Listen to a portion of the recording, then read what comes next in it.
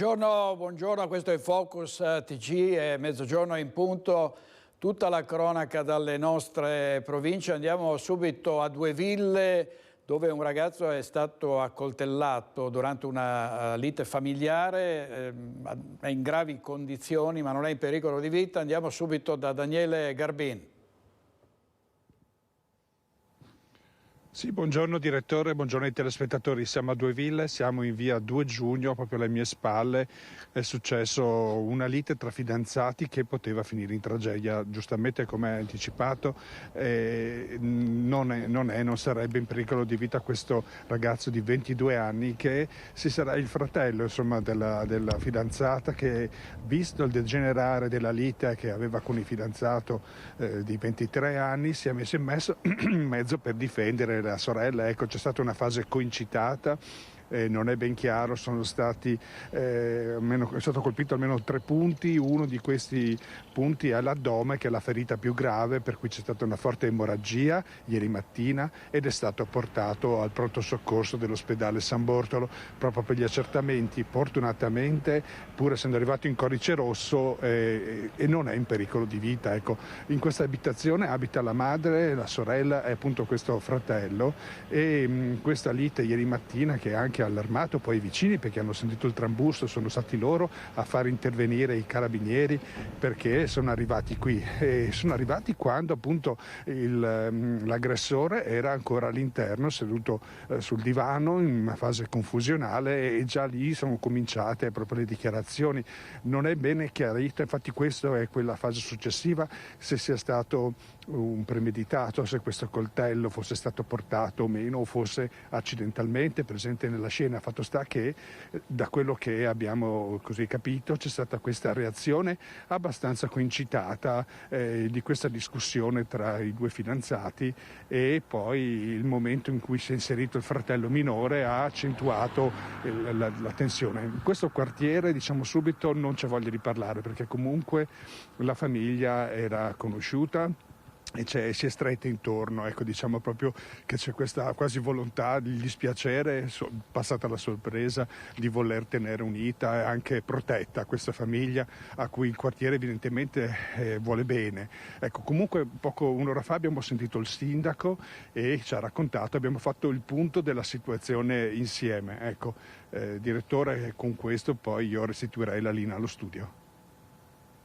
L'episodio ha sconvolto tutti noi, un'intera comunità. La famiglia è conosciuta, ecco, possiamo dire questo. Questo fatto però era un qualcosa che al di fuori del... Sono fatti che vanno ovviamente al di fuori di ogni previsione, quindi e che ti colpiscono e che sconvolgono, e ti chiedi cosa può essere successo. Sicuramente saremo vicini alla famiglia. A tutti gli altri suggerisco quello che dicevo prima, l'attenzione e anche il riservo e il silenzio, perché credo anzi, senza tanto credo, la famiglia sta soffrendo per quanto è successo, quindi cerchiamo di non dare ulteriori motivi di tensione. Un fatto gravissimo, grazie a Daniele Garbin da Due Ville. Vediamo alcuni titoli del Gazzettino, quotidiano del Nord-Est. Mariana Cendron, c'è la dichiarazione di morte presunta a 11 anni dalla scomparsa. Scomparve a Paese, con un mistero che si è sempre infittito, e con la famiglia che ha sempre detto per noi è ancora viva, ma a questo punto c'è questa dichiarazione di morte presunta. La politica ne parleremo più tardi. Preferivo la Lega Nord, scoppia un caso, Zaia sente Salvini, solo una battuta la mia, dice il governatore. I ladri scatenati anche a Martellago saccheggiano la casa mentre la famiglia dorme. E poi Stefano Geller, l'addio al paladino del fine vita. Ci colleghiamo a questo. Grazie, regia. Andiamo a questo punto, andiamo a Cassola, dove si sono svolti i funerali di Stefano Geller, che ha detto il presidente Zaia, ha combattuto una lotta per la libertà. Andiamo subito in diretta da Vanessa Banzato. Sì, buongiorno a te direttore, alle persone che ci stanno seguendo. Infatti era presente anche il governatore del Veneto Luca Zaia al funerale, all'ultimo saluto a Stefano Geller, il paladino dei diritti, soprattutto per quanto riguarda la vita. Lui ha lottato tantissimo, lo sappiamo, per questa battaglia sul fine vita, viste le sue condizioni di salute, una battaglia che è stata definita addirittura una battaglia politica, nel senso che lui ha lottato sempre non per se stesso, ma soprattutto per gli altri, per la sorella che è afflitta dalla stessa patologia. Assieme a me Matteo D'Angelo, che fa parte dell'associazione Luca Coscioni e fa parte del gruppo promotore per la proposta di legge sul fine vita. È una delle persone che è stata sempre a stretto contatto con Stefano Geller, l'abbiamo incontrato in più occasioni proprio anche a casa di Stefano. Stefano lascia un grande vuoto, ma tutto quello che ha fatto continuerà. Tra l'altro la dimostrazione è una chiesa gremita, tantissima la gente che è venuta oggi per l'ultimo saluto a Stefano. Sì, lascia un grande vuoto, ma lascia anche un grande esempio. L'esempio è proprio quello che veniva detto, che si può lottare con amore per gli altri. Stefano aveva ottenuto l'autorizzazione al suicidio medicalmente assistito, eppure ha deciso di continuare a vivere, di continuare a lottare per far sì che tutte le persone gravemente sofferenti, nelle sue condizioni o comunque nelle condizioni stabilite dalla Corte Costituzionale, potessero avere una procedura certa e tempi celeri per ottenere una risposta dalle ASL. E questo non veniva compreso. Le persone non si spiegavano come mai lui avesse lottato per ottenere una risposta dalle ASL, l'avesse ottenuta e poi fosse continuato a stare tra di noi, a combattere, a vivere. Io anzi mi ricordo che in quel periodo del silenzio della regione lui accolse di buon grado addirittura la volontà di fare lo sciopero della fame. Disse: voglio vedere se non mi ascoltano, se sciopero, comincio a scioperare anch'io. E quindi l'esempio che lui ha dato oggi, una persona che era qui, anche lei gravemente malata, ha accolto quel testimone, ha detto: continuerò io le tue battaglie. E quindi questo è il senso più grande del messaggio di Stefano, che si può lottare per gli altri, per amore, riuscendo addirittura ad unire posizioni apparentemente inconciliabili. La dimostrazione che quando si lavora per le persone e contro la sofferenza delle persone si riesce ad avere un enorme consenso. Ecco, quest'ultima sua dichiarazione è legata fortissimamente anche a quanto ha dichiarato lo stesso vescovo emerito che ha appunto fatto tutta la cerimonia funebre, Beniamino Pizziol, che ha detto riusciva a unire idee sempre più diverse, eppure c'era un unico filo conduttore, un unico scopo, che era quello dell'amore per la vita. Sì, esatto. Il vescovo Pizziol ha sempre dimostrato enorme empatia per la situazione di Stefano ed è effettivamente, lui l'ha riportato dall'altare quello che stavamo dicendo, la dimostrazione che, ma d'altronde i dati sono chiari, l'80% dei veneti sono favorevoli a regolamentare il fine vita, erano favorevoli alla nostra proposta di legge regionale. La regione potrebbe ancora dare una indicazione unitaria a tutte le ASL affinché le persone abbiano una risposta con tempi celeri, perché le persone potrebbero non avere tempo. Un'ultima battuta, voi non vi fermate ovviamente e avete già in programma alcuni appuntamenti, alcuni incontri. Sì, non ci fermiamo, vi anticipo: il 10 marzo dalle 10 alle 13 faremo un convegno al Candiani di Mestre, dove racconteremo quello che è accaduto, ma soprattutto lanceremo la nostra proposta, a partire dalla pubblicizzazione del numero bianco fino a tutte le ulteriori iniziative che abbiamo intenzione di intraprendere. Bene, allora io ringrazio Matteo D'Angelo. La sorella ha salutato così Stefano Geller: ciao guerriero. La sorella appunto ha fatto un bellissimo intervento che poi vedremo nei telegiornali di questa sera, e ha voluto esprimere tutto il suo amore per questo fratello che le è stato sempre vicino. Direttore, da San Giuseppe di Cassola è tutto, ti ricedo la linea. Grazie molto a Vanessa Banzatto e al suo ospite. Aggiungiamo soltanto che durante le esequie è stato suonato un brano di Madonna, una cantante che Stefano Geller amava molto. Il brano è stato Rain, e ha parlato anche il presidente Luca Zaia, che conosceva molto bene Geller, che era malato di distrofia muscolare, che sperava di poter di arrivare al suicidio medicalmente assistito, il Presidente Zaia ha lottato tutta la vita per la libertà.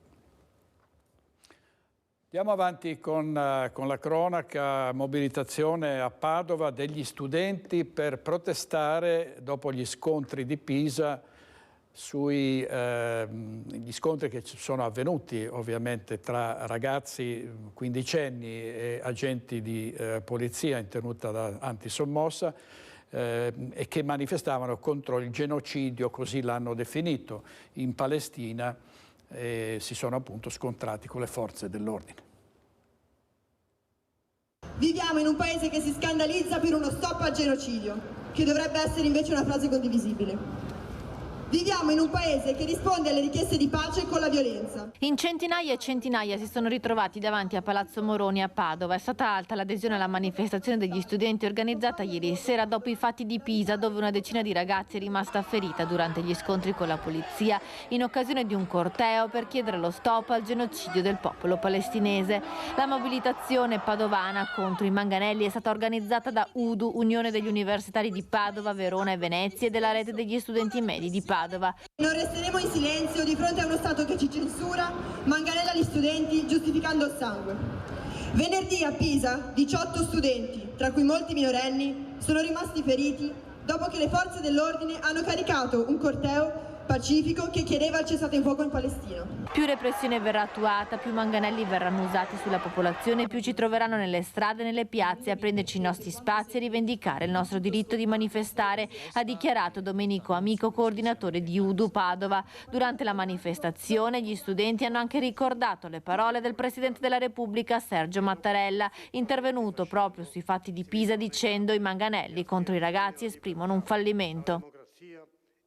Dice Valentina Visentin. Andiamo a Padova, dove sono spese non giustificate per oltre 100.000 euro secondo un'inchiesta. È bufera sul sindacato dei medici di famiglia di Padova, e dopo il rinnovo delle cariche a dicembre il nuovo direttivo ha presentato una denuncia a querela nei confronti dell'ex segretario Domenico Crisarà, attuale presidente dell'Ordine dei Medici della provincia. Si sospetta il reato di peculato, cioè soldi che sarebbero stati spesi per, ovviamente non per amministrazione pubblica. Vediamo.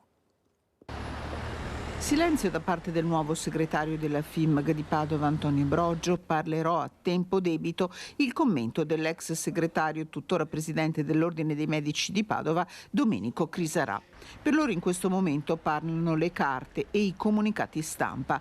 Le carte sono quelle della denuncia querela presentata dalla FIMG di Padova alla Procura.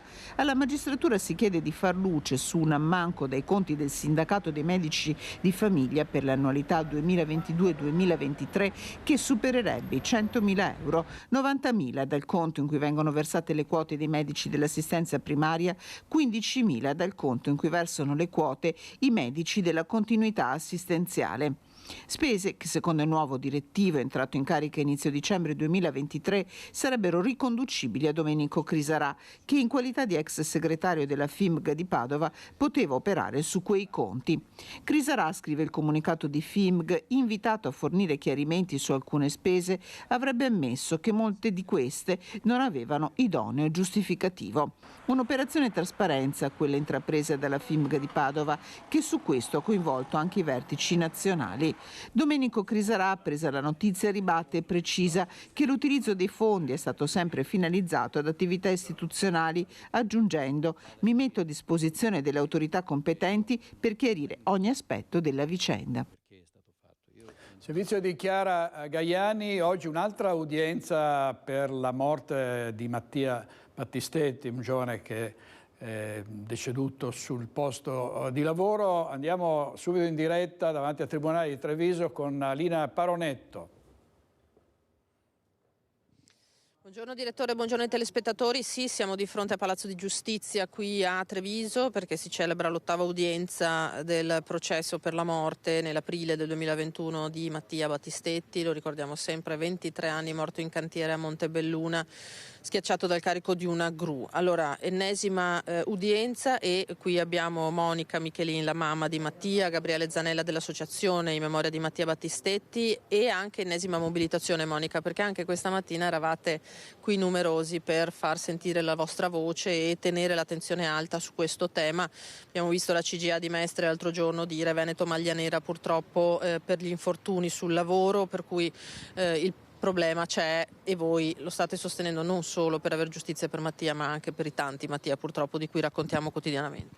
Certo, sì, oggi si è aperta l'8ª udienza, eravamo qui questa mattina come all'inizio di ogni udienza per un sit-in, c'erano tante persone presenti, le stesse persone presenti che sono adesso in aula. Per noi la mobilitazione popolare è molto molto importante, ci è di sostegno ed è quello che ci fa la forza che ci fa andare avanti. Sono persone che veramente ci stanno dedicando, Gabriele Zanella che è qui a mio fianco, del loro tempo, veramente persone speciali per noi, ecco. Senta Monica, l'altra volta era stato sentito il collega di Mattia che era con lui, aveva raccontato quello che si ricordava naturalmente di quegli istanti terribili. Oggi ci sono i testi invece, in particolare i periti della Procura. Sì, oggi è un'udienza particolarmente tecnica perché si sta sentendo adesso l'ingegnere nominato dal pubblico ministero, l'ingegnere Camatta, e nel pomeriggio dovrebbe essere sentito l'ispettore Curatora, l'ispettore del lavoro. Per quello che mi riguarda e per quello che posso essere in grado di dire è che finora è stato confermato quello che era stato detto all'inizio di questa gru che mal manutentata ha scaricato i 14 quintali nelle spalle di Mattia, uccidendolo. Ecco. Gabriele, la famiglia Battistetti, come altre famiglie, ma insomma in maniera davvero tenace, sta tenendo aperto un fanale su questo problema drammatico che voi naturalmente sostenete, ecco, nella battaglia udienza dopo udienza, non solo voi, tante le RSU presenti, perché il tema è molto sentito. Sì, l'RSU dell'Electrolux, dell'IRCA, della Silca sono sempre con noi dentro a questa vertenza, dentro questa mobilitazione popolare, perché poi noi riteniamo che sia fondamentale che ci sia un percorso diffuso di acquisizione di consapevolezza rispetto a quello che è la strage dei morti sul lavoro e anche di come è poi il decorso processuale. È fondamentale, noi riteniamo che i cittadini possano veramente assistere a come le varie parti in causa si pongono di fronte a questo processo e ai processi ovviamente su questo tema, perché se ne trae, io credo, anche delle conclusioni di tipo sociale e di individuazione anche di quelle che sono le responsabilità concrete. Troppo spesso si sente ancora dire che le morti sul lavoro sono una fatalità, troppo spesso si sente dire che le responsabilità sono un po' di tutti in maniera generica, bypassando quelle che sono le reali catene di responsabilità e di comando e di organizzazione del lavoro dentro i luoghi di lavoro, e quindi questa mobilitazione continua e cercheremo di estenderla sempre più e ci appelliamo perché si estenda sempre di più. Noi vi ringraziamo veramente per l'attenzione mediatica, perché di solito su questi temi c'è un'attenzione mediatica a picco nel momento in cui avviene il fatto, come abbiamo visto a Firenze, come abbiamo visto a Brandizzo, e poi il tema della sicurezza e della salute sul lavoro si perde sotto traccia rispetto ad altri temi. Noi riteniamo che questa sia una priorità, che questo tema debba essere mantenuto centrale in termini continui e perseveranti, e che questa strage le istituzioni debbano trovare i modi in termini di legge, ma non solo, anche in termini di risorse, in termini di organici, in termini di controlli, di deterrenti reali per porre una fine, insomma, perché siamo a 1400 morti l'anno, compresi quelli in itinere. Non passa giorno senza che non ci siano quei 3-4 morti sui luoghi di lavoro, e va tenuta un'attenzione veramente costante. Grazie, perché sono cifre inaccettabili. Velocissimamente, Monica, in chiusura, omicidio sul lavoro, voi naturalmente continuate a sostenere che andrebbe applicato, andrebbe introdotto. Certo, sicuramente sì. Noi sia come famiglia che come associazione abbiamo raccolto delle firme proprio per incentivare che andasse in atto, insomma, questa legge. Purtroppo ho sentito che non è stato raggiunto il numero di firme necessarie. Per qualsiasi altra iniziativa noi ci saremo, perché sono pienamente convinta che chi provoca la morte di una qualsiasi persona nel luogo di lavoro per negligenza o per risparmio deve pagare, e deve pagare una pena severa. Grazie Monica. Il ministro Nordio, il trevigiano Carlo Nordio, si è espresso negativamente, ma il dibattito naturalmente rimane aperto su questo tema. Direttore, allora io ringrazio come sempre Monica Michelin, Gabriele Zanella, sempre presenti e sempre tenaci in questa loro battaglia. Con Nicoletta Rizzetto dal Tribunale di Treviso per ora restituiamo la linea. Grazie molte. Seguiremo sempre molto attentamente il processo per la morte di Mattia Battistetti. Andiamo avanti a Padova, c'è stato un blitz delle forze dell'ordine in un supermercato di Padova per liberare degli ostaggi, ma è un'esercitazione. Per fortuna questa volta non è stato nulla come quanto è accaduto a Marcona al Valle Center, piuttosto che a Sona nel Veronese, in un altro centro commerciale dove commandi armati hanno fatto razzia in 2 gioiellerie. Questa è un'esercitazione. Vediamo Valentina Visentin proprio per cercare di prevenire altri assalti. Al supermercato Ali di Via dei Colli 31. Si tratta di 2 persone vestite di scuro e con volto travisato, armate una di pistola e una di coltello. Un blitz in piena regola, forze speciali in campo, la zona chiusa al traffico, le sirene della polizia, l'elicottero in volo che sorveglia l'intera area, il negoziatore che convince il rapinatore alla resa e gli ostaggi finalmente liberi. Scene che nella realtà si sono viste anche poche settimane fa a Marcona durante l'assalto al centro commerciale e che ieri a Padova sono state simulate in un'esercitazione nel supermercato Ali di Via dei Colli, che ha visto impegnati un centinaio di agenti di tutti i reparti di polizia insieme al NOX e un elicottero del 10° reparto di volo di Venezia.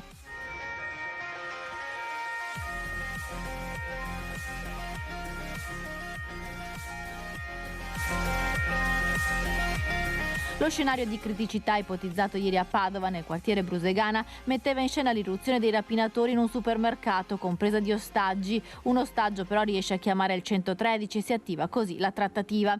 Sono stati testati i tempi di reazione, di intervento, il ruolo del negoziatore e le vie di fuga. Una situazione che potrebbe verificarsi in qualsiasi parte d'Italia e che non deve far trovare impreparata anche Padova, una città nota per i suoi plessi industriali e commerciali, ma anche per siti religiosi importanti come la Basilica di Sant'Antonio, che attira migliaia di pellegrini, o la sinagoga e il museo ebraico. È importante svolgere esercitazioni di questo tipo, ha spiegato il questore di Padova Marco Dorisio, per testare tempi di reazione degli apparati operativi e di sicurezza. Fondamentale il ruolo del negoziatore.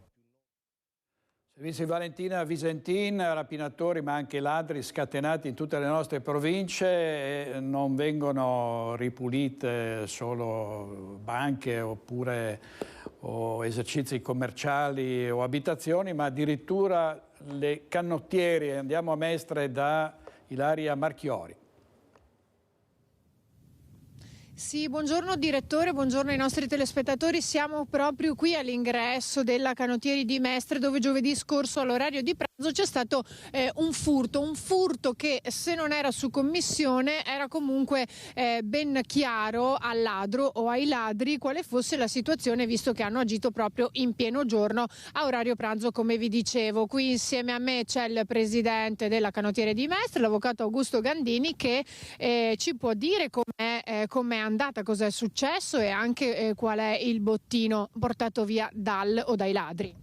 Allora, è innanzitutto specifico che il fatto è venuto giovedì scorso, non venerdì come scrivono i giornali, e niente, erano stati raccolti dei soldi in contanti da dei corsisti, la mattina si svolgevano dei corsi, erano stati messi in segreteria, ma a tempo di 1 minuto l'operazione, qualcuno è entrato, ha forzato la porta e ha preso la busta col contante, quindi chi è stato sapeva come muoversi, cosa fare, dove trovare i soldi, perché non ci sono segni di perlustrazioni della segreteria, quindi è stato lasciato tutto intatto com'era.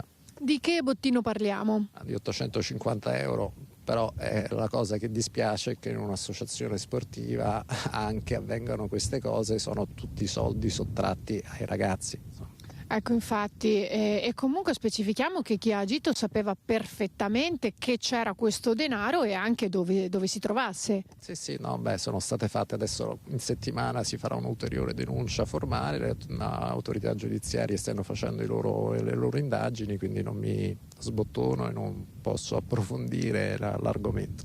Presidente, voi siete stati anche un pochino sfortunati perché quando questi ladri o questo ladro ha agito non c'erano le telecamere di videosorveglianza che però ora ci sono. Come mai? Il destino beffardo, avevamo ordinato a una ditta di installare le telecamere e sono venuti praticamente un'ora dopo il furto gli impiegati a sistemarle, quindi è stata veramente una cosa ironica, sarcastica.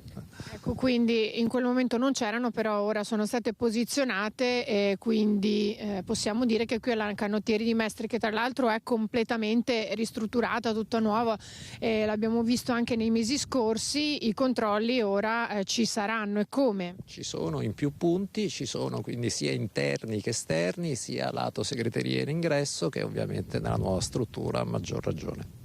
Ecco, la Canottieri di Mestre non è stata l'unica struttura presa di mira dei ladri, perché in questi giorni a Olmo di Martellago addirittura in un'abitazione sono entrati in piena notte quando tutti dormivano, dunque i genitori e i 2 figli, facendo razzia, portando via dei contanti, dei gioielli e addirittura l'automobile, senza che nessuno si accorgesse di nulla. Se ne sono accorti, pensate, solamente la mattina successiva, quando hanno visto che erano entrati i ladri. Addirittura si sono aggirati in camera da letto dei genitori, portando via ad esempio le fedi nuziali che si trovavano sul comodino, quindi proprio accanto al letto, e nessuno si è accorto di nulla. Naturalmente le forze dell'ordine stanno indagando per cercarli. E ancora invece a Venezia, in Calle dei Fusari, è stata presa di mira un'ottica gestita da fratello e sorella. I ladri sono entrati, non è stato tanto il bottino quanto, come spesso accade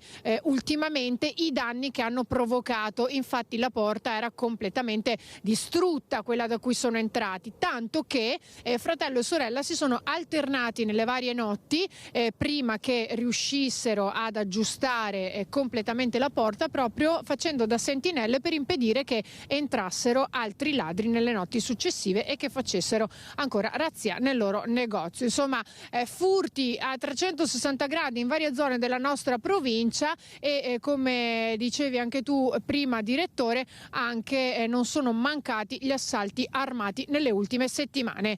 Qui da Mestre è tutto, io ringrazio il nostro ospite, presidente della Canottieri di Mestre, Augusto Gandini, e restituisco la linea allo studio. Grazie molte. Oggi la notizia sarebbe 0 furti. No? Cioè, se non ci fossero furti sarebbe una grossa notizia, ma ogni giorno ne diamo a iosa. Vediamo, anche gli spacciatori sono sempre in azione, in questo caso 2 incensurati rumeni che stavano spacciando a Padova vicino al cimitero di Campo San Martino. Fratelli e soci in affari. 2 fratelli romeni avevano messo in piedi un giro di spaccio fiorente facendo la spola tra la propria abitazione e un'area di sosta vicino al cimitero di Campo San Martino, luogo scelto per le cessioni di cocaina. I 2 fratelli di 30 e 25 anni senza precedenti sono finiti nel mirino dei poliziotti della squadra mobile di Padova, che avevano ricevuto numerose segnalazioni di scambi sospetti vicino alla zona del Camposanto. Gli agenti hanno pedinato i 2 a lungo e quando hanno fermato e controllato il più giovane gli hanno trovato addosso una cartuccia per una pistola automatica. Da qui i poliziotti hanno deciso di perquisire la loro abitazione. Quando sono entrati nell'appartamento in zona Busiago, i poliziotti hanno trovato l'altro fratello impegnato a confezionare 18 involucri di cocaina, in totale circa un'ottantina le dosi in fase di preparazione. In casa c'erano anche sacchetti contenenti una ventina di grammi di marijuana, hashish e MDMA. Un'ulteriore scoperta è stata fatta nell'armadietto della cucina, dove i poliziotti hanno trovato delle munizioni, 29 cartucce per pistola calibro 9 usate per le armi automatiche. Trasportava nel bagagliaio dei piccoli lingotti d'oro, ognuno dal peso di 300 grammi, senza aver però presentato la preventiva comunicazione di esportazione all'unità di informazione finanziaria della Banca d'Italia. A finire nella rete dei controlli svolti all'aeroporto Canova di Treviso dai funzionari dell'Agenzia delle Dogane e dei Monopoli e dalle fiamme gialle del comando provinciale di Treviso è stato un passeggero residente in Slovenia che era in partenza dallo scalo aeroportuale Canova per Saragozza in Spagna. I lingotti sono stati sequestrati e allo straniero è stata inflitta una sanzione amministrativa che va dal 10% al 40% del valore negoziato, cioè pari a circa 18.000 euro, per la violazione delle norme che disciplinano il mercato dell'oro, secondo cui chiunque dispone o effettua il trasferimento di oro da o verso l'estero o il commercio di oro nel territorio nazionale ha l'obbligo di dichiarare l'operazione alla Banca d'Italia. Andiamo a Trieste, dove è caccia ai 2 aggressori che hanno violentato e rapinato una ragazza triestina di 23 anni l'altra notte in via Rigutti. I ricercati sarebbero alti 1,80 m, qualcuno ha fatto questa testimonianza, parlerebbero l'italiano, secondo anche il racconto della giovane che è ancora sotto shock. Dalle telecamere di sorveglianza, ruolo chiave di eventuali testimoni, vediamo gli sviluppi di questa vicenda. Servizio di Gianluca Paladin. È caccia ai 2 uomini che hanno violentato e rapinato una ragazza qui tra via Rigutti e via Bergamasco. I 2, secondo il racconto della giovane, le si sarebbero avvicinati proprio qui in questo piazzale nel tentativo di violentarla. Poi la rapina, portandole via il portafoglio. Visione delle immagini di videosorveglianza, ricerca di testimoni e interrogazione dei residenti della zona. La Polizia di Stato è alla ricerca di 2 uomini che avrebbero violentato e rapinato la 23enne triestina alle 4 di ieri.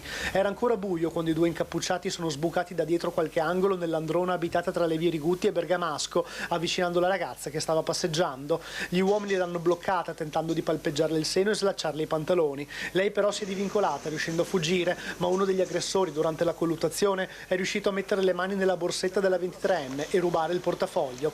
È quanto ha raccontato la vittima dell'episodio in lacrime alla polizia dopo aver ricevuto le cure al pronto soccorso. La donna era sotto shock. Secondo quello che è riuscita a raccontare agli investigatori, i 2 aggressori erano alti circa 1,80 m e parlavano italiano, poco per fornire un identikit. La zona dove è avvenuto il fatto è buia di notte, facile nascondersi e seguire una persona. Via Rigutti, che ha un tratto pedonale, sale parallelamente a Viale D'Annunzio e finisce a fondo cieco nel piazzale sotto Largo Pestalozzi e via Molino a Vento, dove inizia via Bergamasco. Una strada che di fatto collega 2 parti della città, facile anche dileguarsi in fretta dopo aver consumato una rapina o altro fatto violento. Non è la prima volta che accadono fatti del genere in questa zona, ha spiegato un residente che abita a pochi passi dal teatro della violenza. Anche di notte c'è qualche passaggio nel tratto pedonale di via Rigutti, magari di gente che porta fuori il cane, ha spiegato a Tele4 un altro cittadino. Non è da escludere che effettivamente qualcuno possa aver visto la scena o sentito le urla della ragazza mentre veniva aggredita.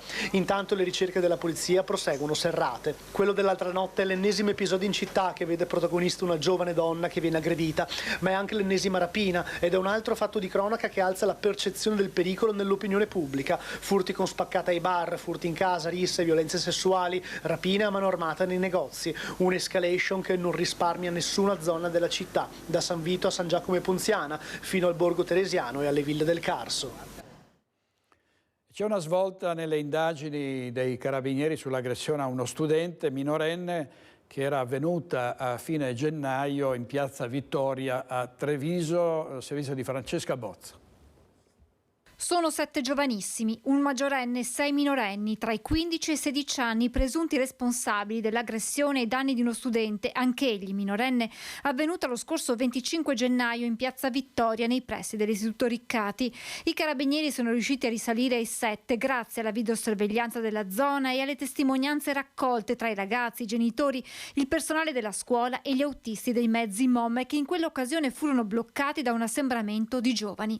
L'aggressione, infatti, era stata accompagnata da una nutrita presenza di ragazzi, diverse decine di persone che avevano occupato la piazza creando disagi anche ai mezzi in circolazione, al punto da rendere necessario l'intervento di una pattuglia dei carabinieri che, una volta riportata la situazione alla normalità, avevano iniziato a raccogliere elementi utili per ricostruire la vicenda sin dall'inizio, arrivando a delineare anche i contorni dell'aggressione. Secondo quanto emerso, la vittima si era presentata all'appuntamento con un ragazzino, anche lui minorenne. Tra i due ci sarebbero stati in passato alcuni screzi per futili motivi.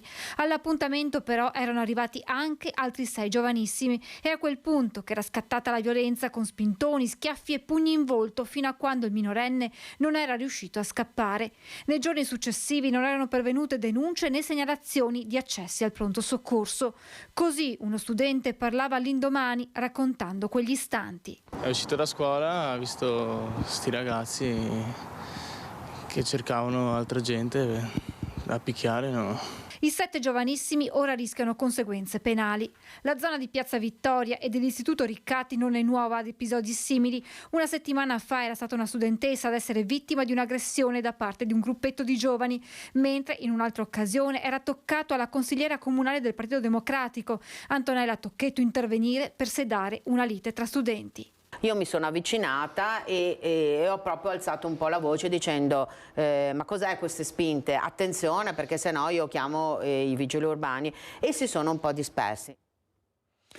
Piazza Vittoria, tra l'altro al centro a Treviso di roventi polemiche per il progetto che vorrebbe lì un nuovo parcheggio, però vediamo, torniamo ai fatti, la violenza e il bullismo a Treviso, non solo in Piazza Vittoria ma anche nella zona di Piazza Borsa. Vediamo cosa prevede il comandante della polizia locale Andrea Gallo per aumentare la sicurezza. Una notizia che do in anteprima: siamo riusciti a migliorare ulteriormente la videosorveglianza in quella zona, spostando una telecamera che era presente e puntando la stessa telecamera proprio davanti a questo istituto, che aveva registrato degli episodi che ci stavano facendo preoccupare in modo particolare. Così il comandante della polizia locale di Treviso, che ha fatto un plauso all'operazione dei carabinieri che hanno identificato 7 giovanissimi presunti responsabili dell'aggressione ad un minorenne davanti all'istituto Riccati. Intanto si pensa già all'estate, quando le scuole saranno chiuse ed i ragazzi si riverseranno nelle piazze cittadine. Non arretreremo di 1 millimetro rispetto a tutti i servizi che stiamo portando avanti in questi mesi, perché ricordo che in modo particolare sappiamo l'episodio che è successo qualche giorno fa all'interno del supermercato PAM, però ribadisco che il comando di polizia locale, ovviamente in collaborazione con tutte le forze di polizia, non arretrerà anche quest'estate i servizi che sono stati peraltro garantiti anche nella estate scorsa. Non si abbasserà la guardia, spiega ancora Gallo, anche se solitamente nei mesi estivi diminuisce il numero dei ragazzi nelle città, visto che nei fine settimana si spostano verso le località marittime. Ripeto, i servizi saranno garantiti, potenzieremo i servizi anche con servizi in borghese, perché riteniamo che sia assolutamente indispensabile non arretrare minimamente in fatto di sicurezza preventiva e soprattutto per quanto riguarda la percezione della sicurezza. La percezione della sicurezza è fondamentale, continua. Tutti i servizi che noi abbiamo effettuato da mesi davanti al supermercato PAM in tutto il quadrante di Via Zorzetto, dei Giardini di Sant'Andrea, serve appositamente per incrementare quella percezione di sicurezza anche a tutela di quell'utenza che noi chiamiamo utenza debole, cioè soprattutto gli anziani. In modo particolare siamo sempre presenti tutti i giorni da mesi proprio in quella zona antistante il supermercato dalle 17 alle 19. Perché? Perché sappiamo che è un orario in cui molti anziani si spostano, soprattutto anche d'estate, per fare la spesa. Sono gli stessi anziani ad aver spiegato come vedere uomini in divisa nella zona li fa sentire più sicuri, motivo per cui questi servizi continueranno anche in estate. Non faremo nessun passo indietro, termina Gallo. Torniamo agli incidenti di Pisa, dove la polizia si è scontrata con degli studenti che manifestavano contro Israele. Vedo in diretta da Padova Valentina Visentin con il consigliere comunale del Partito Democratico Pietro Bean. A te Valentina. Sì, buongiorno direttore, perché è stata veramente partecipata la manifestazione che si è svolta ieri sera qui lungo l'Easton a Padova, organizzata dagli studenti universitari padovani proprio dopo i fatti di Pisa, dopo le manganellate al gruppo di studenti che in corteo stava sfilando per protestare contro il genocidio palestinese. Una manifestazione organizzata in poco tempo che ha trovato molta adesione non solo tra gli studenti ma anche tra le associazioni padovane, c'era AMPI, era presente anche l'onorevole del Partito Democratico Alessandro Zan, più di 400 persone, quasi 500 quelle che si sono ritrovate ieri sera. Pietro Bea, consigliere del Partito Democratico, anche lei era presente. È stata una risposta importante quella padovana? Ma allora, da amministratore vicino al territorio, dico che iniziative di questo tipo, così partecipate, con una spinta di partecipazione giovanile così forte, sono importanti, importantissime per tenere viva la democrazia e lo spirito repubblicano e i valori della nostra Costituzione, per tenerli vive nelle piazze, nella società, e che la politica dovrebbe sicuramente prendere esempio da queste spinte di partecipazione così importante. Come amministrazione devo dire che noi ci rivediamo perfettamente fino all'ultima virgola nelle parole del Presidente della Repubblica Sergio Mattarella, che come sempre rappresenta una guida incredibile per indicare la via maestra della Costituzione. Con quello che è successo a Piva è evidente: l'articolo 21 della Costituzione sulla libertà di manifestazione del pensiero è stato completamente calpestato, ed è stato calpestato in maniera ancora più grave, perché sono stati malmenati, manganellati violentemente dei 100-150 ragazzi e ragazze, in gran parte minorenni, che stavano manifestando per il cessate il fuoco, per la pace, per la cessazione delle ostilità sulla striscia di Gaza. Io personalmente, come consigliere e membro del Partito Democratico, aderisco a questi valori, ma non è questo il punto. Il punto è che le opinioni dissenzienti, la pluralità di opinione nel nostro Paese non può mai essere taciuta e men che meno essere colpita con la violenza. Come ha detto il Presidente Mattarella, le istituzioni hanno fallito, però io da queste piazze, a prescindere dalle opinioni che vediamo, da questa partecipazione vedo invece un risorgere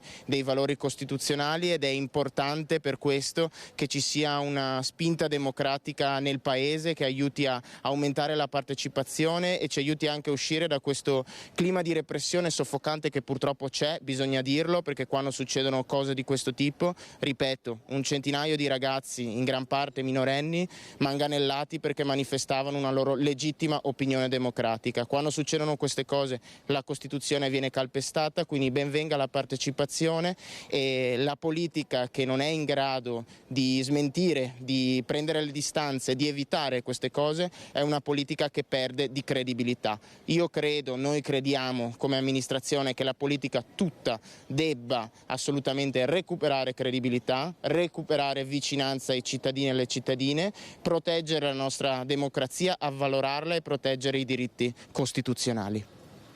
E sono molte, le manifestazioni anche in questo periodo a Padova. Tra altre cose, questa sera è previsto proprio un corteo, un presidio ad un anno di distanza dai fatti di Cutro, quindi insomma la città risponde sempre a queste manifestazioni, e quella di ieri sera è stata veramente una manifestazione ordinata che ha visto tantissimi ragazzi e un'alta adesione. Da Padova è tutto, la linea allo studio. Grazie a Valentina Visentina, a Pietro Bean, che è spesso ospite di Focus, dove parliamo purtroppo molte volte di scontri, di incidenti tra forze dell'ordine e manifestanti, e qui sicuramente si è ecceduto perché si trattava di ragazzi senza inermi, che non avevano strumenti di offesa nelle mani, mentre invece a Vicenza recentemente i centri sociali volevano assaltare la fiera, e ovviamente con inserimento di black bloc, e quindi lì la polizia non ha potuto far altro che opporsi al tentativo di cacciare dalla fiera di Vicenza gli espositori saragliani. Andiamo nel Bassanese adesso, perché continuano frane e smottamenti. È un territorio molto fragile in alcune zone, e una casa è stata investita da un masso pesante 2 quintali. Ci dice tutto Alex Giuliano. È stata una domenica di paura quella che hanno vissuto le 5 famiglie che abitano in questo condominio che vedete alle mie spalle. Siamo a Campese, in località Sasso Rosso. Erano le 16 di domenica pomeriggio quando dalla parete rocciosa che vedete inquadrata è precipitato un masso del peso di 2 quintali che si è letteralmente schiantato contro il muro della palazzina. La tragedia è stata solo evitata per una questione di pura casualità, di fortuna. In questo cortile infatti giocano spesso i bambini che abitano in questo stabile. Ebbene, le famiglie spaventate hanno immediatamente chiamato i soccorsi. Saliamo al secondo piano di questa palazzina per andare a vedere che tipo di danni ha causato il masso che si è distaccato dalla montagna e che alle 4 di domenica pomeriggio si è schiantato contro questo condominio.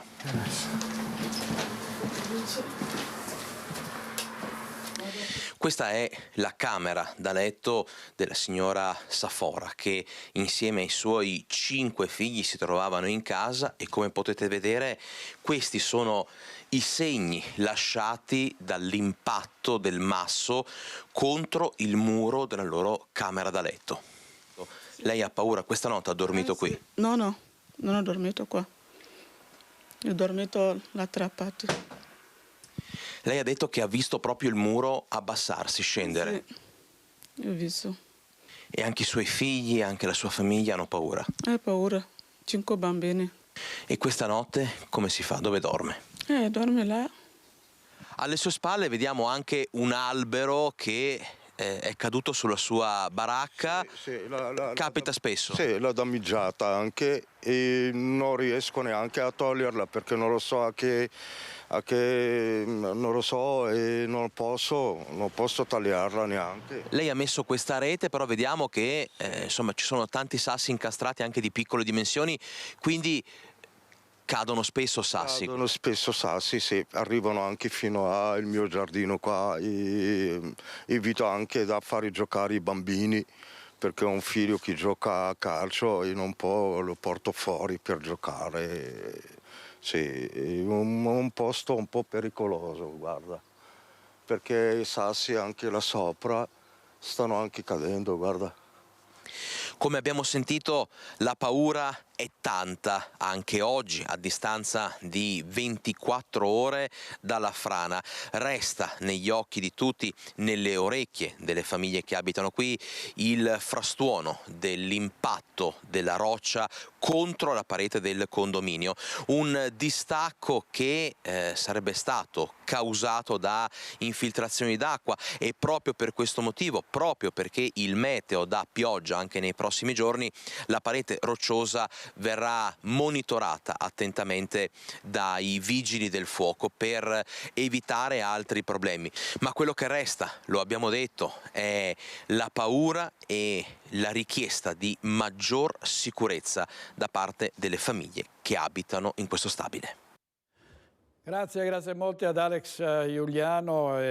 Tanto per usare una metafora idrogeologica, potrebbe essere una frana il risultato delle elezioni in Sardegna per il centrodestra. Se dovesse confermarsi il distacco, ovviamente siamo ancora indietro nello scrutinio delle schede, il distacco della candidata di centrosinistra Todde davanti all'ex sindaco di Cagliari Truzzu, che è il candidato del centrodestra. Gasparri ha detto: la situazione non mi pare positiva, bisognerà riflettere, i dati a rilento, cos'è la tagliola delle ore 19, dice il Corriere della Sera. Intanto torniamo all'assemblea dei militanti della Lega che si è svolta sabato a Villorba. Erano presenti tantissimi esponenti del Carroccio, tra questi ovviamente il presidente Zaia, Alberto Stefani e molti altri, e ha fatto rumore una dichiarazione del presidente che ha detto: io preferivo la Lega Nord, e in seguito a quello che poi è avvenuto su questa dichiarazione ha telefonato a Salvini specificando che si trattava di una battuta. Vediamo.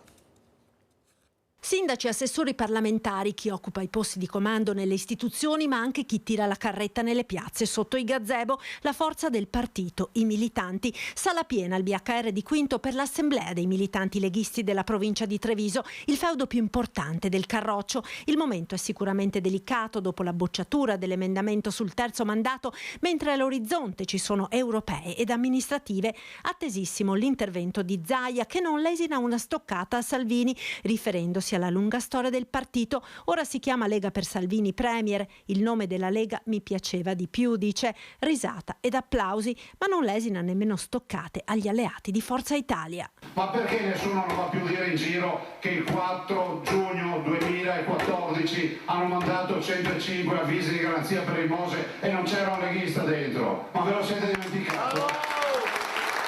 La Lega, nonostante fosse nella stanza dei bottoni, c'ero io, non ha avuto un minimo di scalfittura. E poi ripete come un mantra quella che definisce l'anomalia italiana sul terzo mandato, anche se la strada non è ancora definita. Guardate che voglio anche ricordare, manca un anno e mezzo minimo, quindi anno e mezzo si fanno tante di quelle cose. E sull'ipotesi che i giochi possano ancora cambiare, rincara il segretario Stefani, tendendo la mano al PD. Mi pare di capire che il Partito Democratico voglia rivedere le proprie posizioni, noi siamo assolutamente a disposizione. Ricordo anche che le proposte di legge possono essere firmate anche da esponenti di altri partiti. Il momento per il partito non è dei migliori e si serrano le fila in vista delle prossime sfide elettorali. I voti di Fratelli d'Italia sono in gran parte nostri, dice il segretario provinciale Coin. Dobbiamo riportarli a casa, mentre Stefani non esclude nelle comunali la corsa in solitaria. Alveo naturale per noi resta il centrodestra. È chiaro che laddove Fratelli d'Italia e Forza Italia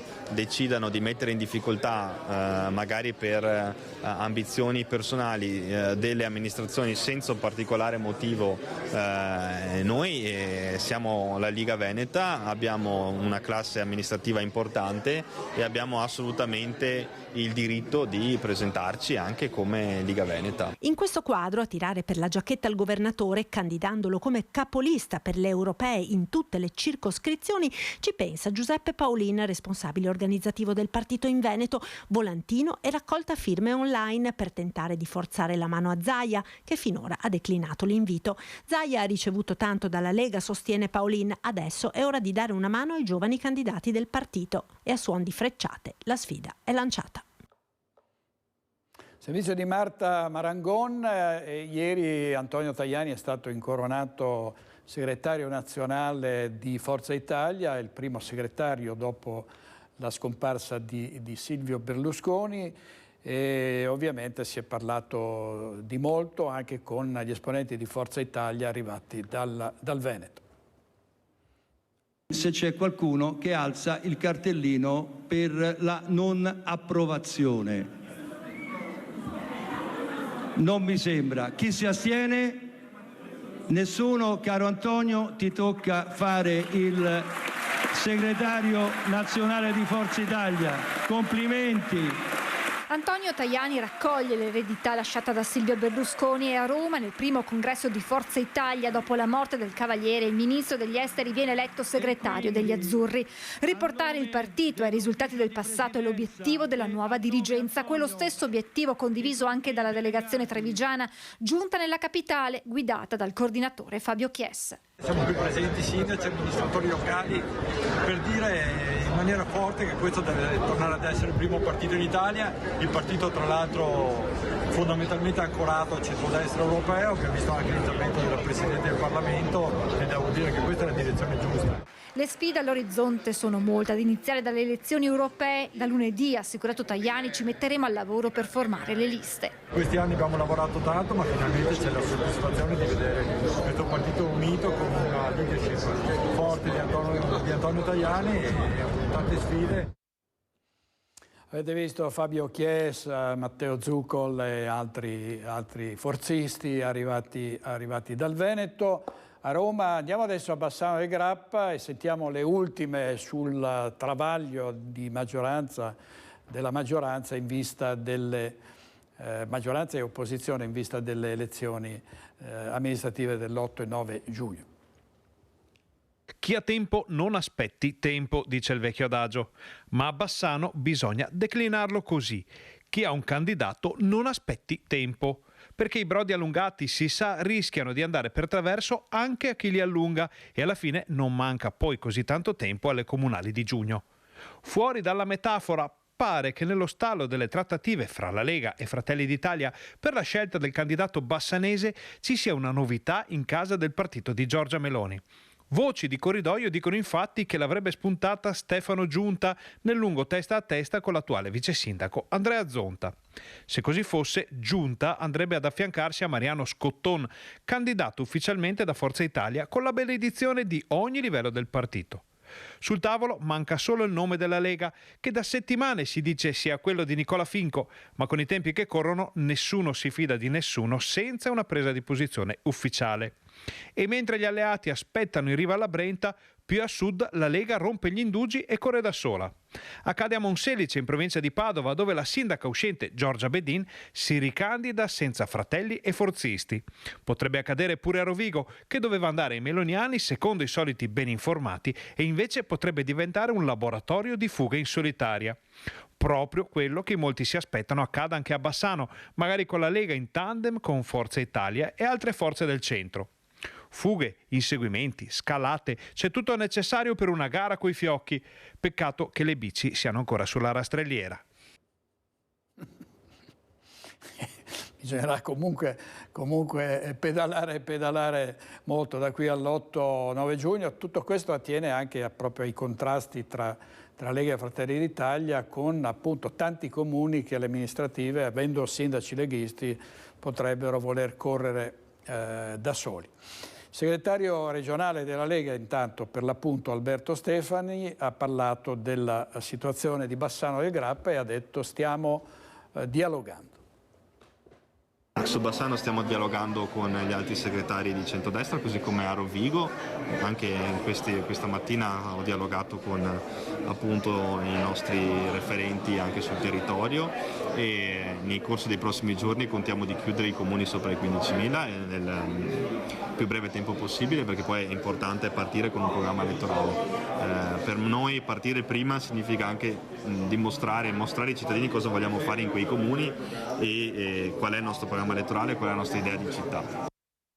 E questo era l'onorevole Alberto Stefani, segretario regionale della Lega e anche parlamentare, presidente della Commissione bicamerale degli affari costituzionali. Vediamo per quanto riguarda le elezioni provinciali, sono state depositate ieri le liste in vista dell'appuntamento del 16 marzo, perché per le province si vota il 16 marzo.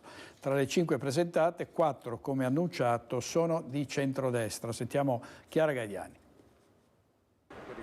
5 liste per 74 candidati totali. I partiti hanno sciolto le riserve e depositato i nomi di chi correrà per i 16 posti da consigliere provinciale in quelle che dovrebbero essere le ultime consultazioni di secondo livello per tornare, probabilmente dal 2025, a una provincia con elezioni dirette dei cittadini.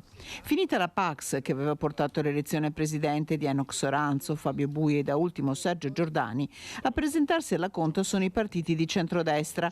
Alleati al governo e in regione, le liste per il 16 marzo sono 4. La Lega, che parte da 5 consiglieri, ha presentato la lista Veneto Domani, la sfida identitaria. Fratelli d'Italia, che di consiglieri ne aveva 3, si presenta con lista civica per Padova e provincia. Forza Italia, 2 consiglieri attuali, ha presentato la lista Forza Provincia. Lista in solitaria anche per la compagine di centro. L'UDC parte da un consigliere con Padova, provincia al centro. Unito resta il centrosinistra, che ha chiamato alla sua lista tutta la provincia Uniti per il Territorio, che partiva da 5 consiglieri uscenti.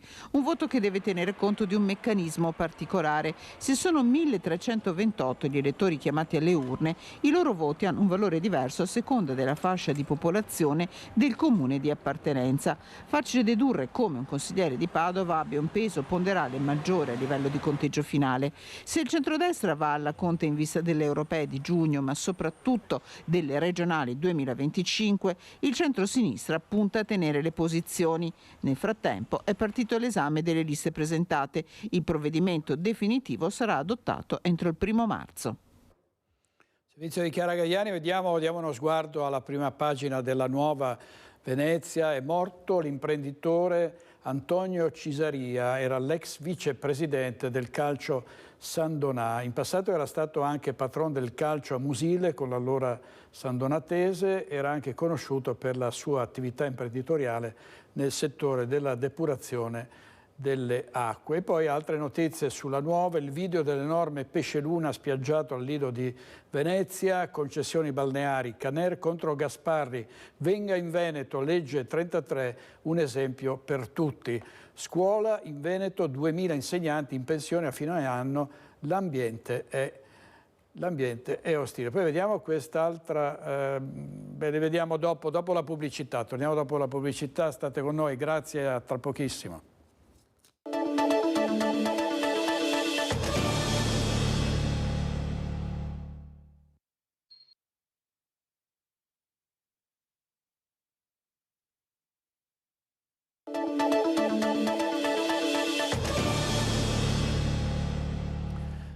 Torniamo alla cronaca, c'è stato un grave incidente a Sant'Urbano, un motociclista è finito a terra con la moto che ha preso fuoco.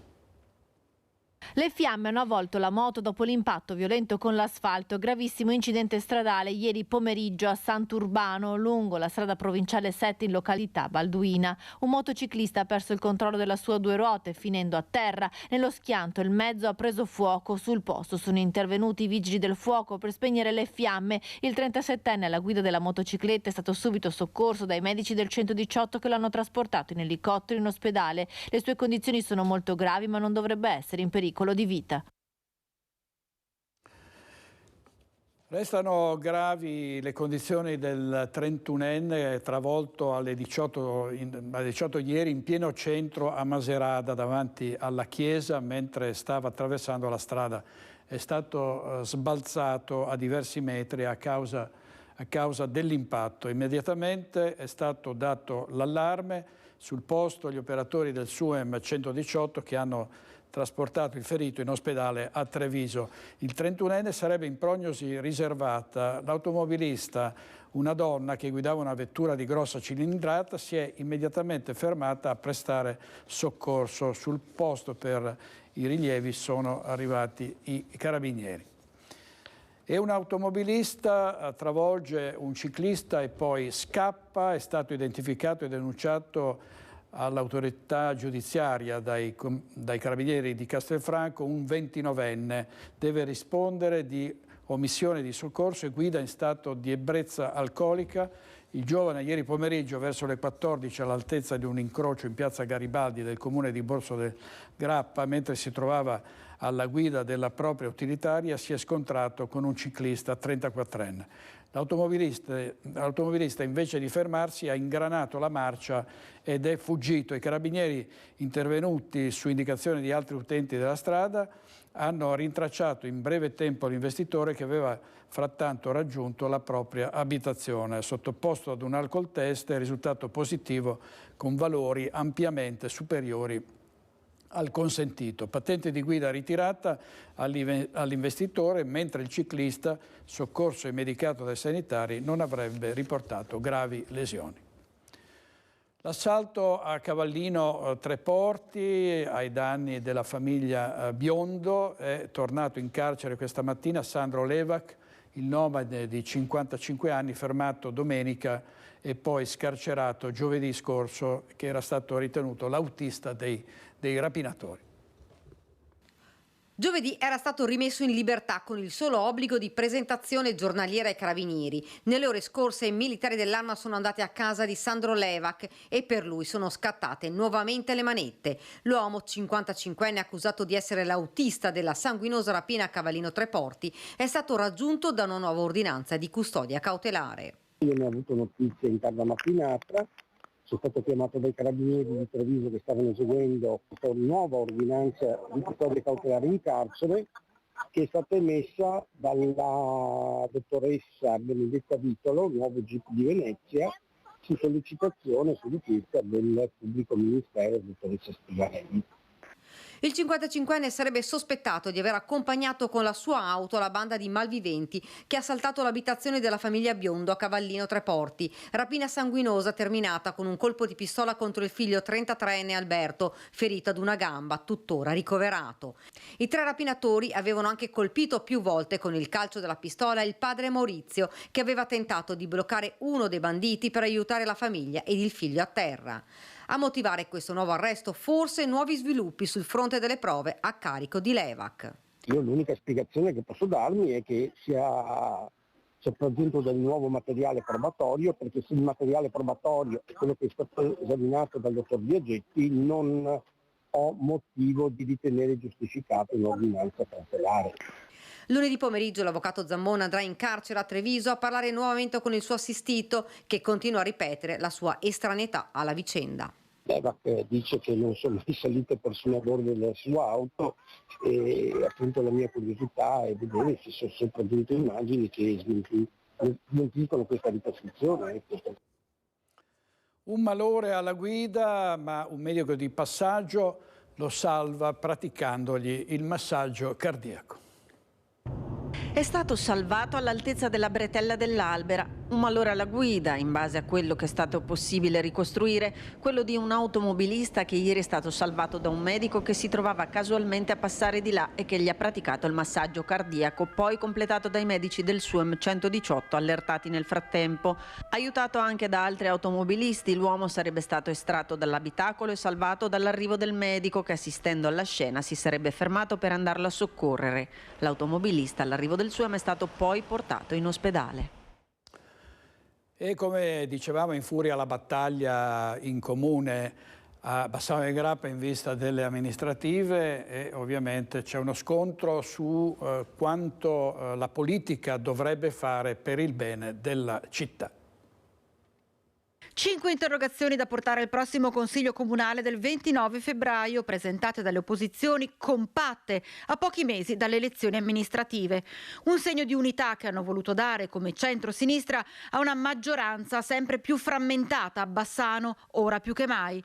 5 interrogazioni che, precisa il consigliere Vernillo, sono accomunate da un unico filo conduttore. La mancanza di un'amministrazione che si metta ad ascoltare e a collaborare con i cittadini, ed è questo un po' il filo che unisce anche tutte le interrogazioni che noi presentiamo giovedì e che presentiamo sostanzialmente tutti insieme. Tra i punti caldi l'ex polo museale Santa Chiara, poi Genius Center, poi ancora ipotesi di teatro. Che ci spieghino cosa hanno intenzione di fare, visto che avevano annunciato tante cose in questi anni, anche ultimamente doveva esserci la posa della prima pietra a fine 2023 e ad oggi non sappiamo niente, e quindi c'è una interrogazione puntuale che chiede a che punto è quell'iter che tanto annunciato e sostenuto dall'amministrazione. Ecco, questa incompiuta però adesso andrà a pesare sulle spalle della prossima amministrazione, del prossimo sindaco o sindaca. Rimane tale e non solo, ma sono stati aggiunti costi, previsioni che poi dovranno in qualche maniera essere discusse, superate. E la questione quartieri, con il caos relativo alla gestione degli spazi verdi. L'amministrazione ha detto che ha fatto delle convenzioni nuove. Noi chiediamo quanti quartieri non l'hanno firmata, perché non si è più saputo niente, ma soprattutto chiediamo quante uscite di sfalcio, quante attività di cura del ventre sono state fatte in questi anni con la nuova convenzione. E questa è una cosa che ci devono assolutamente rispondere in maniera puntuale e sulla quale non è che si possono raccontare storie. Noi chiediamo numeri, chiediamo interventi, chiediamo sottoscrizioni, chiediamo cose chiare. Cose chiare. E a proposito della data di convocazione del primo Consiglio Comunale di questo 2024... E se non fosse un anno bisestile sarebbe nel mese di marzo, quindi credo la prima volta nella storia di questa città. Roberto Campagnolo, candidato di centrosinistra a sindaco alle prossime amministrative. Diamo il Corriere delle Alpi, l'apertura nulla tenente per il fisco, ma milionaria grazie ad un giro di prostituzione. Maxi sequestro della Guardia di Finanza. Nei confronti della famiglia sono stati ipotizzati i reati di evasione fiscale, riciclaggio e autoriciclaggio. Sequestro preventivo di 3,4 milioni di euro. È davvero tornata incandescente la situazione a Bruxelles, dove sono arrivati di nuovo, sono tornati i trattori, gli agricoltori stanno mettendo a ferro e fuoco la città, ma manifestazioni dei trattori anche sull'altopiano ad Asiago e a Gallio. La protesta degli agricoltori sbarca anche in altopiano, dove il mondo del settore primario sta facendo i conti da anni con le difficoltà di chi fa agricoltura in pianura, ma con l'aggravante delle situazioni contingenti legate a lupi e cinghiali. Ieri alcune decine di trattori hanno sfilato per le vie di Asiago e Gallio, suonando i clacson e ottenendo grande supporto dalla popolazione in un giorno poco turistico a causa delle avverse condizioni meteo.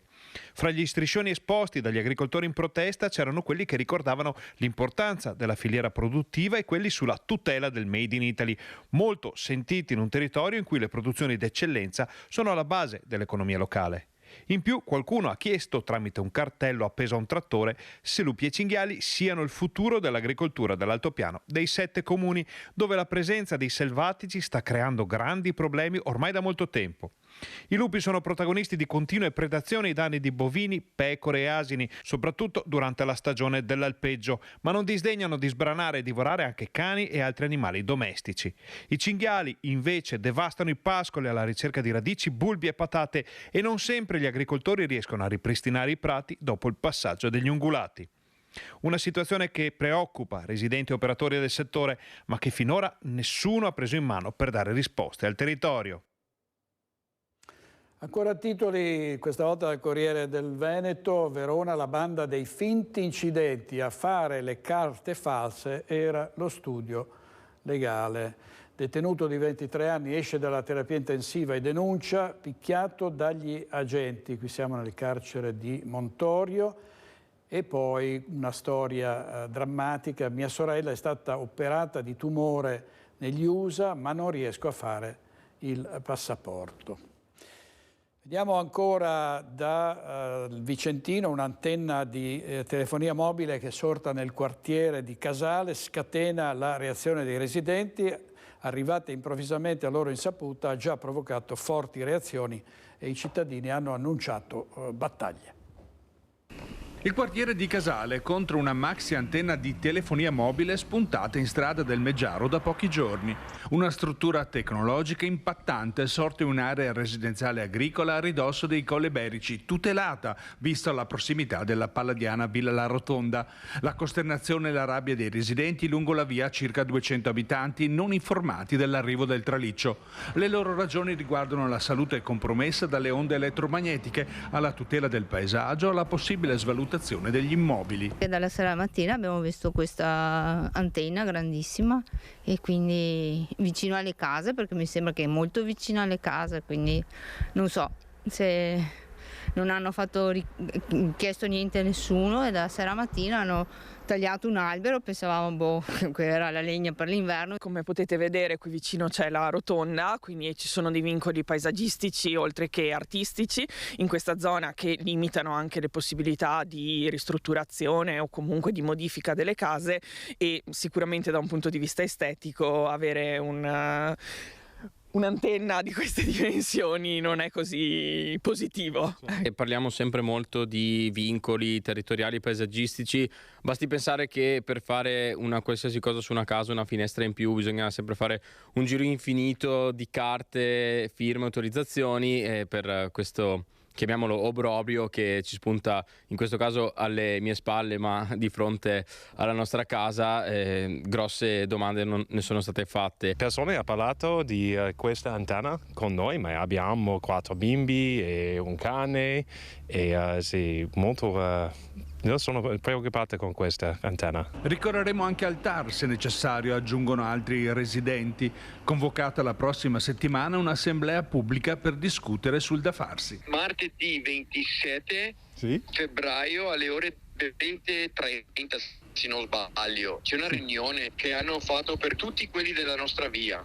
Abbiamo già pensato e preso delle contromisure, nel senso di trovarsi, di discutere, di capire quali contromisure si possono prendere per far fronte insomma a questo problema, e vediamo insomma, si sa che sarà probabilmente una battaglia, però insomma siamo qui per lottare nel senso buono, ma per quelli che sono anche i nostri in un certo senso diritti. La tribuna di Treviso apre con l'omicidio del giardiniere albanese Bledar, che è stato accoltellato da un minorenne, un 17enne, a cui è stato sequestrato lo smartphone al setaccio, sono i contatti del presunto killer. Si cercano messaggi del 20 gennaio che possano chiarire il movente dell'aggressione mortale. I due si conoscevano da un anno, il minore si è presentato con un coltello, l'ipotesi premeditazione sembra che sia un delitto maturato nel mondo della prostituzione minorile, almeno questo è il sospetto degli inquirenti. Altra notizia dalla Tribuna, chi è la maîtresse da 1 milione all'anno? La lista dei clienti nelle mani dei carabinieri. I carabinieri hanno una lista di 150 clienti con numeri di telefono che quasi mai venivano annotati, però con nome e cognome, a volte con un soprannome o un'indicazione come DJ Castelfranco. Sono professionisti e imprenditori che saranno convocati dagli uomini dell'Arma nei prossimi giorni. Sarà presentato a breve il progetto del nuovo ponte di Vidor, la storia infinita sembra ad una svolta. Subito dopo chiederemo risorse a Roma, hanno detto i sindaci, con i soldi del ponte sullo Stretto si fanno 150 ponti di Vidor, hanno commentato ovviamente in maniera sarcastica. Sentiamo Cristian Arboit.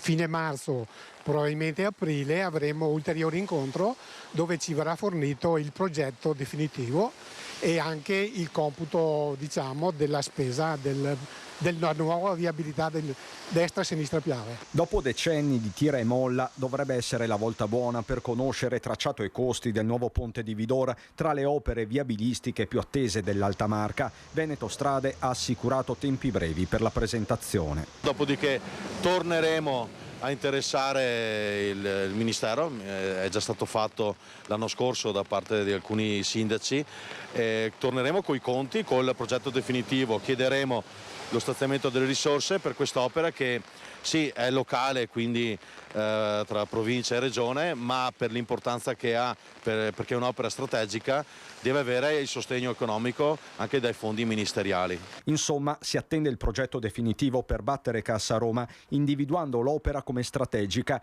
né più né meno del ponte sullo Stretto di Messina, sostenuto proprio dal vice premier leghista Matteo Salvini. Un'opera non esclude l'altra, sono ordini di grandezza diversi. Del ponte dello Stretto stiamo parlando di 10-15 miliardi di euro, qui stiamo parlando di meno di 100 milioni di euro, quindi 100 volte meno. Diciamo che con l'importo di un ponte dello Stretto di Messina facciamo 100 ponti sul Piave. Un ordine di grandezza lampante, tra i primi cittadini sembra riaffiorare una certa fiducia e più indizi fanno una prova. Siamo ottimisti, anche ci fa sperare bene, perché ho fatto proprio delle verifiche la settimana scorsa. Veneto Strade aveva incaricato un'azienda, una ditta, che stavano facendo dei garotaggi sull'alveo del Piave appunto per verificare il sottosuolo, quindi questo ci fa pensare che stiamo andando avanti in positivo, insomma. Vediamo ora la storia di un papà a Padova che da anni entra in ZTL per prendere i figli a scuola. Da sempre lo fa qualche minuto prima dell'orario consentito, ma ora senza preavviso da settembre sono scattate le multe che stanno arrivando in questi giorni, quindi quest'uomo e credo anche altre persone hanno ricevuto decine di contravvenzioni e già arrivata a quota 3.000 euro. Vediamo. La storia è quella di un papà che, autorizzato dalla polizia locale a entrare in auto nella ZTL per prendere i figli a scuola, da anni attraversa il varco di via Vescovado con qualche minuto di anticipo, 4, 5, 10 minuti al massimo, senza essere multato. A settembre però ecco la svolta. Lui non lo sa, ma la telecamera lo immortala regolarmente, 5 giorni alla settimana, senza avere più tolleranza. Ma Gianluca Boldrin lo scopre solo 3 mesi dopo, quando iniziano ad arrivare le contravvenzioni, circa 100 euro all'una e sono già quasi 30, con un'altra ventina attese in questi giorni. Saranno quasi 5.000 euro, una cifra che toglie il sonno. Fino agli anni scorsi addirittura qualche anno c'è stato addirittura un anticipo di orario alle 15:30 che andava benissimo, dopodiché si è lasciato un po' di margine di entrare, anche perché non è possibile fermarsi se si arriva in anticipo in queste strade, bisogna per forza passare altrimenti si blocca il traffico. Invece da poco prima di Natale è la brutta sorpresa che i 5-10 minuti di anticipo al massimo che ci possono essere stati non sono più accettati, per cui da 3 mesi a questa parte, tutti i 3 mesi che sono passati dall'inizio delle scuole, sono praticamente tutti i giorni con una multa e adesso stanno arrivando man mano. Altri potrebbero essere i genitori nella stessa situazione. Lui sa che rimanendo fermi alla norma è in torto e deve pagare. Si aspettava almeno di essere avvertito dell'improvvisa tolleranza zero e lancia un appello all'amministrazione: pagare alcune delle multe, che lui in centro non va a fare shopping o a bere l'aperitivo, ma entra ed esce dalla ZTL i pochi minuti che servono per prendere i figli a scuola. Il comune chiedo, intanto un po' di buonsenso, magari di risistemare l'orario e trovare un orario magari un pochino più consono qualche minuto prima dell'anticipo. Dopodiché, sapendo perfettamente di essere stato in torto, perché così, di magari trovare un accordo per pagare una parte delle sanzioni che sono state giustamente date, però con le altre trovare tornare con un minimo di elasticità mentale.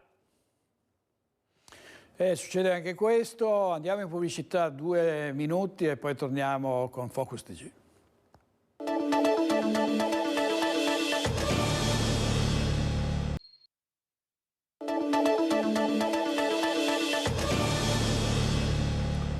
Una manifestazione per la pace a Vicenza nell'anniversario dell'invasione russa dell'Ucraina, tanta gente, una fiaccolata per auspicare la fine di tutti i conflitti. Il diritto alla difesa è insito nell'uomo, è previsto anche dalla nostra Carta Costituzionale e anche dai trattati dell'ONU. Però il dramma è che se tu continui ad alimentare il conflitto con le armi, alla fine cosa ti rimane? Ti rimane un mucchio di cadaveri con una bandiera sopra. Se vuoi la pace, prepara la pace. È lo slogan scelto anche a Vicenza, che si unisce alle manifestazioni di altre città italiane, a 2 anni dall'invasione militare russa dell'Ucraina, aderendo alla giornata nazionale di mobilitazione promossa da Europe for Peace e Assisi Pace Giusta. Una trentina le associazioni che manifestano con una fiaccolata nel centro storico di Vicenza. Parte da qui dove siamo adesso, che è un luogo simbolico, perché c'è la statua del mezzo busto di Gandhi, paladino della non violenza. Poi faremo il percorso, si snoderà percorso Palladio e sarà silenziosa, ci sarà un cartello cessate il fuoco subito davanti, poi un altro cartello, un manifesto Vicenza città per la pace, poi ci saranno bandiere per la pace e poi alla fine in piazza Matteotti ci saranno anche delle testimonianze. Un evento preceduto da un incontro ieri sera a Laghetto, dove attraverso l'ascolto in videoconferenza di alcuni testimoni sul posto è stata l'occasione per approfondire le tematiche. Numerose le richieste dei partecipanti che chiedono lo stop immediato dei conflitti. Ecco, rispetto a questo noi chiediamo l'immediato cessate il fuoco sia in Ucraina che nella striscia di Gaza, l'avvio di trattative per raggiungere accordi di pace soddisfacenti, magari sotto l'egida dell'ONU, scusate. Poi chiediamo anche che ci sia un riconoscimento della Palestina come entità, chiediamo anche che ci sia la liberazione degli ostaggi e anche dei prigionieri che attualmente sono senza nessun motivo sono detenuti in Israele, e che l'Europa, anziché inviare armi, cerchi di avviare una forte attività della pace. Un picchetto di protesta davanti al pronto soccorso della clinica di Monastier. Il Comitato Veneto per la Sanità Pubblica contesta il finanziamento da 1,5 milioni di euro a questa struttura privata per alleggerire il carico di lavoro al pronto soccorso del Foncello. Sentiamo Lucio Zanatta. Abbiamo protestato per dire ancora una volta no al finanziamento per attività di sanità pubblica al privato. Cartelli espliciti al collo, bandiere e striscioni davanti all'entrata del pronto soccorso della clinica privata di Monastier per un flash mob del Coordinamento Veneto per la Sanità Pubblica che contesta il trasferimento delle risorse, si parla di 1,5 milioni di euro solo per questa struttura, dal pubblico al privato. Pensiamo che sia un errore dare soldi per un pronto soccorso privato quando questi soldi possono essere investiti sul territorio e prevenire i codici bianchi che affollano qualsiasi pronto soccorso. I dati confermano che gli accessi non gravi, ovvero codici bianchi o verdi, raggiungono il 62% dei totali e quindi gestibilissimi dagli ospedali di comunità che sono in corso di realizzazione con fondi PNRR, ma mancheranno di personale che viene formato in Italia ma che qui non ci rimane. Tu stai 5 anni in Arabia e tu guadagni 5.000 euro al mese, torni 2 volte gratis a casa, se c'hai figli e mogli, questi sono assolutamente seguiti, coccolati, portati in residence importanti, fanno sport eccetera, ritornano 2 volte a casa l'anno e fanno il loro lavoro. Insomma, secondo il coordinamento, per invertire questa tendenza è essenziale investire sul pubblico. I finanziamenti devono andare al pubblico e non al privato, perché se no inneschiamo un circolo vizioso per cui le carenze del pubblico innescano finanziamento al privato, il che fa degradare ulteriormente il pubblico e che a sua volta innesca finanziamenti al privato. Dobbiamo uscire da questa situazione. E rivediamo la consegna al Museo Santa Caterina di Treviso del Totila d'Oro a persone che hanno compiuto delle scelte e delle azioni apprezzabili nel proprio campo e si sono distinte portando lustro alla città.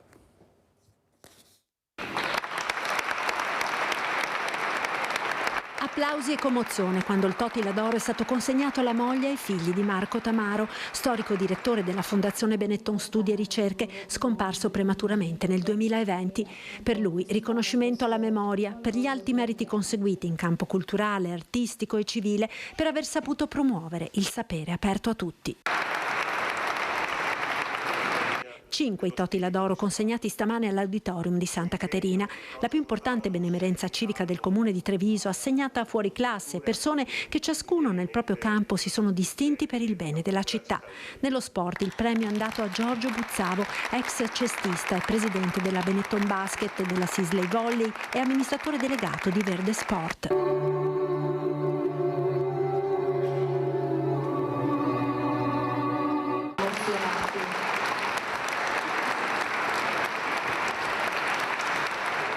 Nel campo delle lettere la medaglia è andata al professor Gian Domenico Mazzocato, scrittore e divulgatore, visibilmente emozionato. È bello rendersi conto che la tua città è riconoscente per tutto quello che hai fatto nel campo della cultura e dell'insegnamento per lei. Altro trevigiano premiato che ha dato lustro alla città nel campo della fotografia è Orio Frassetto. Alla macchina fotografica, agli scatti in tutti i campi, dal paesaggio al ritratto, ha dedicato la vita intera. E sempre nel campo delle arti il quinto Totila, o meglio anche il sesto, poiché sono in 2, è andato ai fratelli Sergio e Francesco Manfio, gli alcuni che con l'ironia di sempre ci scherzano su. È chiaro che noi abbiamo, come voi sapete, relazioni in tutto il mondo con i nostri cartoni animati, ma siamo fortemente ancorati, come si dice, al territorio e facciamo molte delle cose che vengono proiettate in giro per il mondo, partono proprio dal nostro essere trevigiani. Segreto, oggi Totila, segreto, il parco dove vivono le avventure, i mini cuccioli che sono veramente visti in tutto il mondo, è il nostro parco, il parco degli alberi parlanti a Treviso. Se guardate con attenzione è proprio quello, è vero?